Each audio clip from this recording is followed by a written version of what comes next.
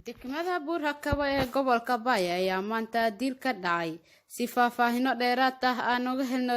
dilkaasi maanta dhacay ayaa waxaa khadka taleefanka aan ku wareysanay taliyaha ciidanka degmada Buur-Hakaba Usmaan Karaabina dilka dhacay iyo qaabka uu u dhacay adigoo faahfaahin naga siinayso shilka dhacay saaka marka ahayd shansa iyo bar marka ahayd ayaa sheekadii waxaa gurigeyga soo weeraray gudoomiyihii degmada ayaa gurigeyga soo weeraray marka kolle ulijeedka aan usoo weeraray sida hadda aan u fahamay wuxuu ahaa sheekadii sarkaalkii ku howlgalay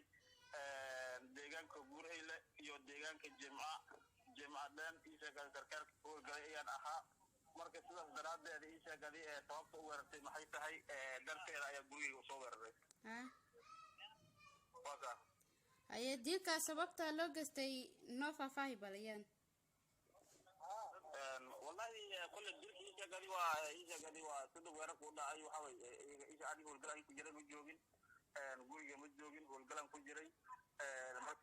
xabada dhacaysa ayaan maqlay markaas soo weydiiyay lii sheegay markaan weydiin waxa ahaayeen gudoomiyaha degmada ciidankiisa oo istaafkiisa ahaa iyo kuwa sheekadii mid kale oo sheekadii oo tali ah oo sheekadii oo awalna sheekadii ahaan jiray laakiin hadda waa la bedelay oo amarkiisa ayuu ku joogaa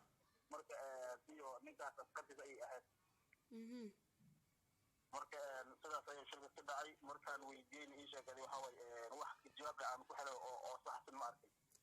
haye marka ninka dilka geystay mala qabtay wili mise waa laga raadiyoodaa wallahi kullu insha Allah hadda ilaahay raado waa taas jawaabteeda kullu iyaga ayaan ku sugaynaa amarna waa la soo siiyay meelay kosko sheekadii iyaga ama